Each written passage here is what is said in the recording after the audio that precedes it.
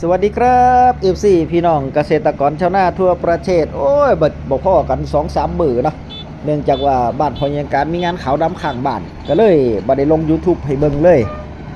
มาพอกันมื้อนี้พี่น้องสำหรับเดือนธันวา16ธันวาเด้อพี่น้องเด้อไผได้โตดีมาบอกกันแน่มาแชร์กันแน่แต่ว่าพอยังการจะบอกให้เด้ออันนี้ความฝันพอยังการนี่ความฝันพอยังการเนาะครับเนาะก่อนที่จะไปฟังเรื่องราวในส่วนของราคาข้าวหอมสยามพ่อใหญ่การฝันดีอยู่ดอกแต่ว่าจำได้แต่เลข8สุดท้ายที่นี่มันมาตรงกับบัตรเลขที่พ่อใหญ่การบัดนี้มันมาตรงกับบัตรเลขที่พ่อใหญ่การก็เลยเอา18เด้อแน่ซื้อ18บัดนี้พ่อใหญ่การซื้อลอตเตอรี่บัดนี้ซื้อลอตเตอรี่อยู่2ใบ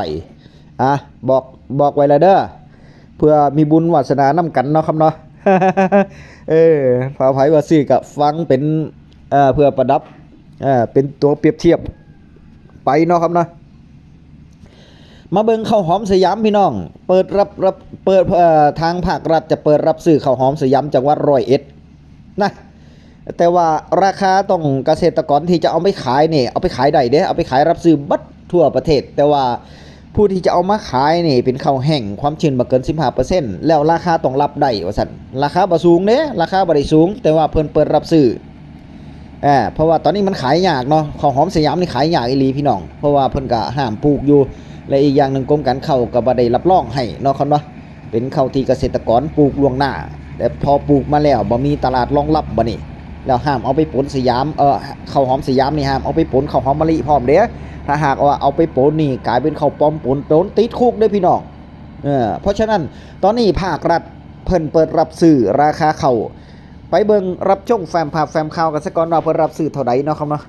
ได้ข้อสรุปในที่ประชุมว่าจะช่วยเหลือพี่น้องที่ปลูกหอมสยามในจังหวัด101ยังไงบ้างคะประเด็นแรกนะครับที่เราพูดคุยกันทางจังหวัด101เนี่ยจะจัดตลาดนัดนะครับตลาดนัดรับซื้อข้าวเปลือกที่อำเภอ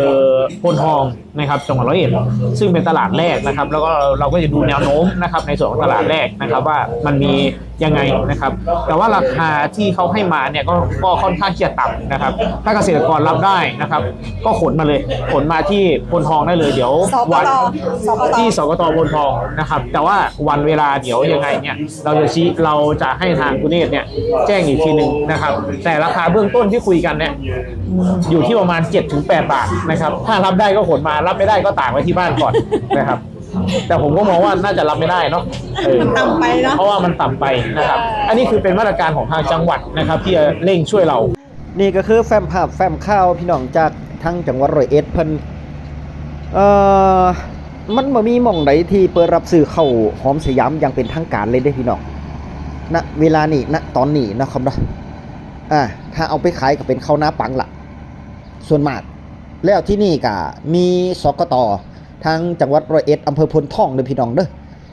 แต่วันเวลาในการรับซื้อเพิ่นจะแจ้งมาอีกเที่ยนึงแต่ว่าตอนนี้ถ้าไผจะไปขายกิโลละ7บาท8บาทนี่ล่ะราคาบ่ได้สูงเนาะครับเนาะ7บาท8บาทตันละ 7,000 8,000ถ้าไผรับไ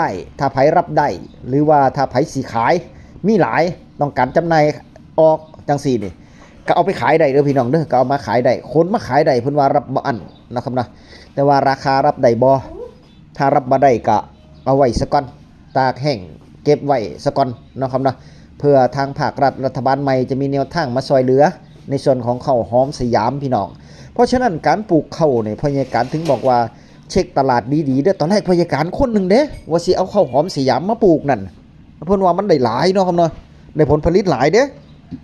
ข้าวหอมสยามแต่ว่าในส่วนของกรมการข้าวเพิ่นบ่รับรองพยาการเช็คคักเด้เช็คจากกรมการข้าวเช็คจากกระทรวงเกษตรและสหกรณ์นี่พี่น้องข้อมูลต้องเป๊ะเด้นี่เวลาข้อมูลเฮาบ่เป๊ะนี่เวลาเฮาหว่านไปแล้วเวลาเฮาปลูกไปแล้วมันมีปัญหาว่าเนี่ยน่ะมันบ่มีตลาดรองรับหรือว่าบ่มีตลาดรับซื้อพอเฮาหว่านหลายๆปลูกหลายๆโอ้ยเฮาขายบ่ได้เด้พี่น้องถ้าเฮาปลูกหลายๆนี่ปลูกตอนนี้นี่ก็คือปลูกข้าวหอมมะลิ105หรือว่าข้าวเบาข้าวเจ้าก็ขอ15นี่พี่น้องตลาดรองรับเป็นข้าวหอมประเภทชั้น1เพิ่นเด้เป็นพรีเมียมเพิ่นเด้ราคาสูงตอนนี้ไป 16,000 17,000แล้วราคาเข้าน่ะเนี่ยพอใหญ่การถึงบอกว่า ให้ศึกษาดีๆเด้อจังซั่นก็มันติดตามพยาการนี่พยาการก็ได้ข้อมูลที่พยาการลงนี่ข้อมูลแต่ละโตวนี่พี่น้องพยาการได้มาจากแก่นๆของมันเลยเด้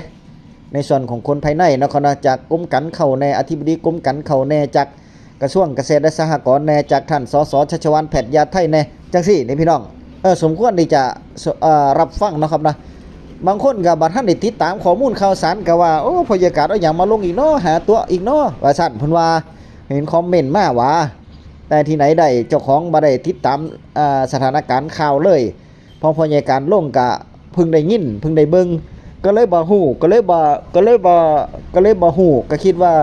พยาการเอาข้อมูลหยังมาลงเนาะว่าซั่นเพิ่นว่าที่จริงมานี่พยาการติดตามข้อมูลตัวนี้มาโดยตลอดนะครับเนาะโดยเฉพาะการประชุมในส่วนของครม.พี่น้องถ้ามีการอนุมัติหรือว่ามีเกี่ยวข้องกับเกษตรกรนี่พยาการก็สิแจ้งความคืบหน้าหรือว่าความเป็นไปในส่วนของอนาคตเนาะครับนะว่าแนวทางทิศทางของรัฐบาลจะมีการช่วยเหลือพี่น้องเกษตรกรชาวนาเฮาจังไดนี่มันสำคัญนี่พี่น้องเพราะฉะนั้นเกษตรกรบ่ว่าเฮ็ดยางพาราปาล์มน้ำมันสำปะหลังอ้อยข้าวโพดเลี้ยงสัตว์หรือว่าในส่วนของ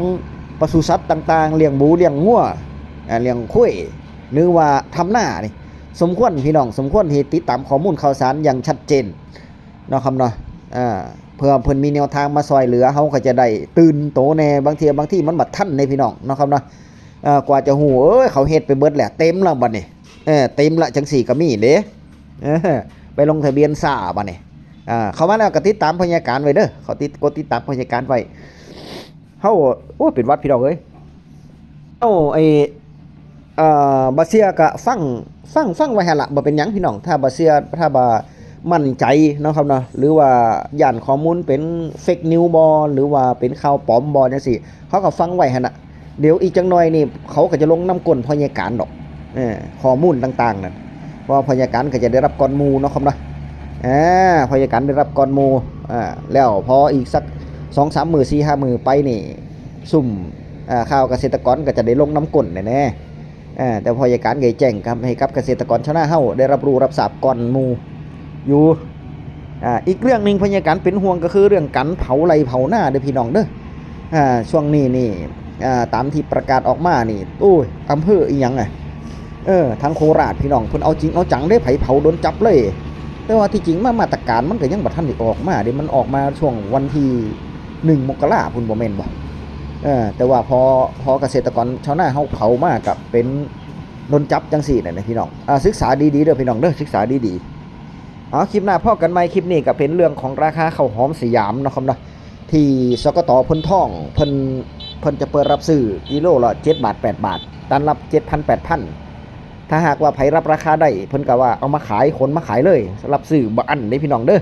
แต่ว่าวันเวลาในการขายนี่เดี๋ยวเพิ่นจะแจ้งมาอีกเที่ยนึงเดี๋ยวพยาการก็จะได้ติดตามเนาะครับเนาะเพื่อมีไผขายเพื่อมีไผสนใจหรือว่าติดตามทั้งสกต.พ้นท่องเลยก็ได้โดยตรงเนาะครับเนาะทางจังหวัดร้อยเอ็ดเพิ่นพี่น้องสกต.พ้นท่องนี่อยู่อำเภอร้อยเอ็ดเด้อพี่น้องอยู่จังหวัดร้อยเอ็ดเด้อถ้าไผอยู่ใกล้บริเวณใกล้เคียงที่มีข้าวหอมสยามหลายๆนี่เอาไปขายได้เลยเนาะครับเนาะคลิปหน้าพบกันใหม่พี่น้องคลิปนี้สวัสดีครับ